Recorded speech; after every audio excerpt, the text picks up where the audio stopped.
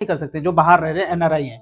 कुछ लिस्ट है, उस एएमसी में आप इन्वेस्ट कर सकते हैं। उदाहरण के तौर पे यहाँ पे जो, अगर मैं एनआरआई होता तो मैं कौन कौन सा एएमसी सिलेक्ट करता, वही याद रखना, एयूएम जिसका सबसे ज्यादा है।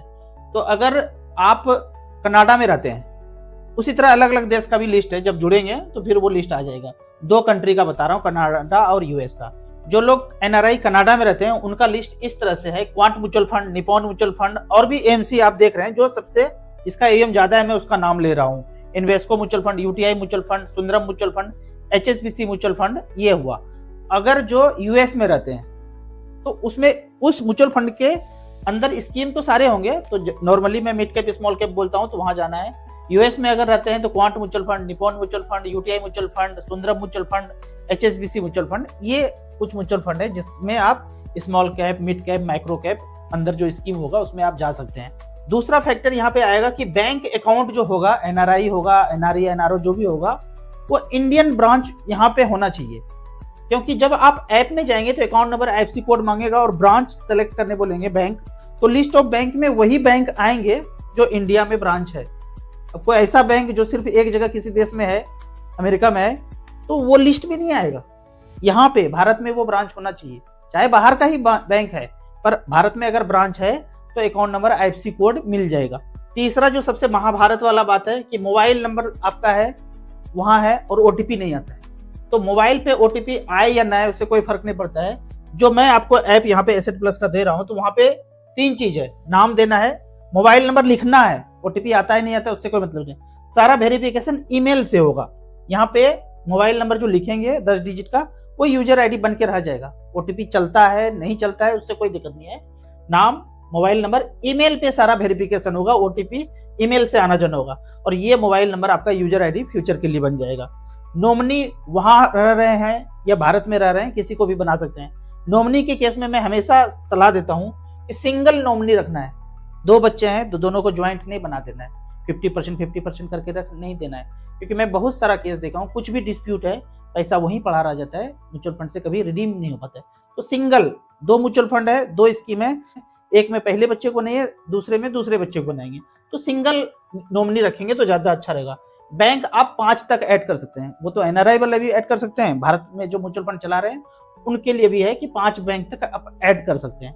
टैक्स जो है इंडिया के जैसा ही लगेगा, लेकिन एक लोचा है, जब भी आप रिडीम करेंगे तो TDS, short term capital gain अगर है तो 20% ऑटोमेटिक कट जाएगा। लॉन्ग टर्म कैपिटल गेन है, कैलकुलेट करके कंप्यूटर 12.5% काट लेगा। भारत में अभी नहीं है, अभी तो ऑटोमेटिक नहीं कट रहा है, हम जब रिटर्न भरते हैं तब होता है, यहाँ पे ऑटोमेटिक कट जाएगा। आप अप्रैल में जब रिटर्न भरेंगे फिर एडजस्ट करके दिखाएंगे कि भाई इतना नहीं होना चाहिए।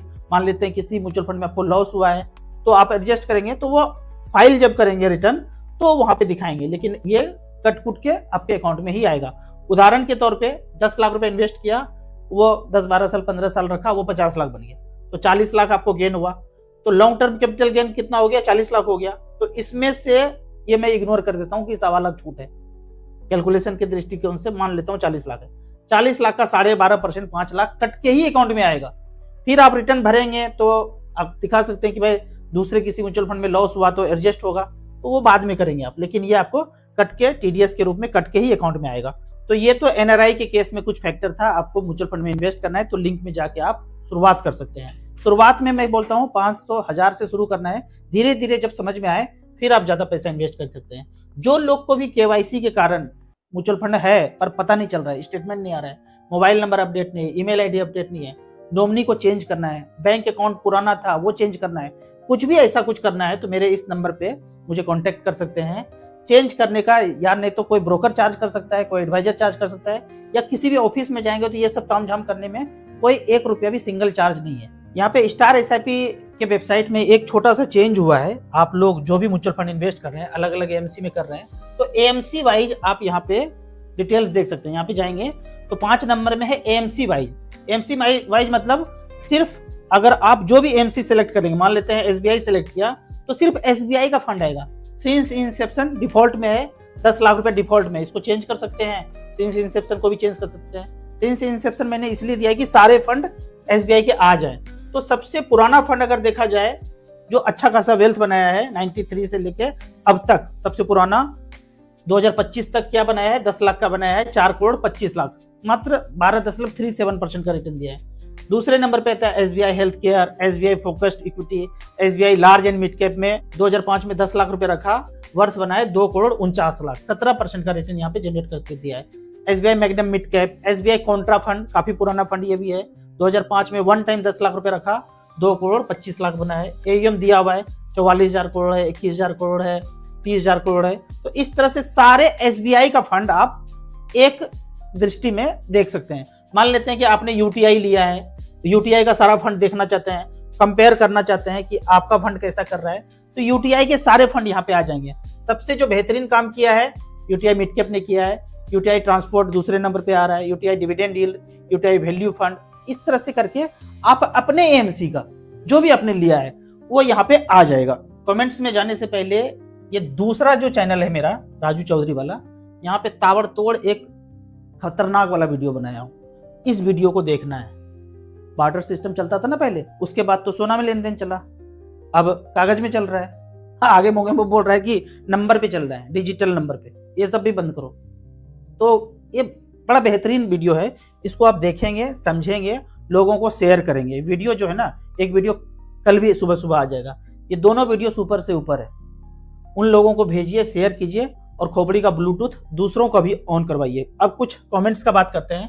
कमेंट्स में पहला क्वेश्चन है, सर लमसम करने के कितने दिनों के बाद SWP स्मॉल कैप से कर सकते हैं? देखिए, अगर आप स्मॉल कैप में आते हैं तुरंत नहीं करना है, 1 साल 2 साल के अंदर, कम से कम 5 साल 10 साल बने रहिए, वहां पैसा 4-5 गुना होने दीजिए, उसके बाद करना है। अगर इमीडिएट चाहिए तो बैलेंस कैटेगरी का फंड है या लार्ज कैप कैटेगरी का फंड है, उसमें जाके ही करना है। राहुल सर, SIP का 1 डे का प्रॉफिट अगर कुछ महीनों के बाद निकाल लें तो क्या होगा? ये खतरनाक क्वेश्चन है, बहुत लोगों को होता है ये मैं कैश फ्लो में जा रहा हूं। SBI स्मॉल कैप का कैश फ्लो है 2010 से लेके 25 तक, पिछले 15 साल में 5-5 हजार रुपए पर मंथ किया तो 9 लाख जमा हुआ, 53 लाख बनाया, 21% का रिटर्न जनरेट करके दिया। तो कैश फ्लो में इस तरह से आप बोलना चाहते हैं, जब 10 रुपये से शुरू हुआ था, 5,000 डाला था, आपको 476 यूनिट मिला, फिर 452, 446 यूनिट धीरे धीरे कम होता जाता है। क्यों? इसका प्राइस बढ़ता जा रहा है। तो आप कहते हैं कि प्रॉफिट को निकाल लो, मान लेते हैं कि 30,000 रुपया जमा हुआ और ये 32,000 हो गया, चाहते हैं कि आप 2,000 निकाल लें जो प्रॉफिट है, पर वो जो 2,000 निकालेंगे पैसा नहीं निकलेगा सिर्फ। क्या होता है यहाँ पे देखिए, यूनिट का रेट क्या है? 12 रुपया। 12 रुपया के रेट से 2,000 में कितना यूनिट सेल होगा, वो यूनिट यहाँ पे माइनस हो जाएगा। जो आपका यूनिट यहाँ पे एक्यूमुलेट हो रहा है, ये यूनिट यहाँ से माइनस होगा। अगर जब यूनिट अभी सबसे लास्ट में देखेंगे, जो पैसा बना है 50-55 लाख जो भी बना है, वो किसके बदौलत बना है? वो बना है 32,500 यूनिट के वजह से, जिसका प्राइस आज 164 रुपया है। दोनों को मल्टीप्लाई करेंगे तो पैसा बनता है 53 लाख रुपया। ये इसके वजह से हुआ है। आप बीच बीच में सेल करते रहेंगे तो यूनिट कम हो जाएगा, यूनिट कम हो जाएगा तो पता चलेगा यहाँ 53 की जगह 33 लाख ही बचा। तो ऐसे नहीं करना है। म्यूचुअल फंड में आते हैं, SIP में आते हैं तो लंबे समय में पैसा बनाना है, वेल्थ क्रिएट करना है, सिर्फ यही सोच से आना है, नहीं तो नहीं आना है। सर ये वाला मीटर जो है जबरदस्ती थोप रहा है, तो जबरदस्ती थोप नहीं सकते भाई। सोचो कि जो जनता है वही किसी को बैठाया है और वही आपका जीना दुश्वार कर दे, तो 10 आदमी जहां पे रहेंगे ना, आवाज उठाएंगे ना, अपने आप भाग जाएगा। क्योंकि सब जो ऊपर से नीचे तक बैठा है नौकर है और मालिक जनता है, तो जागना पड़ेगा। धीरे धीरे धीरे करके विरोध करेंगे तो पता चलेगा।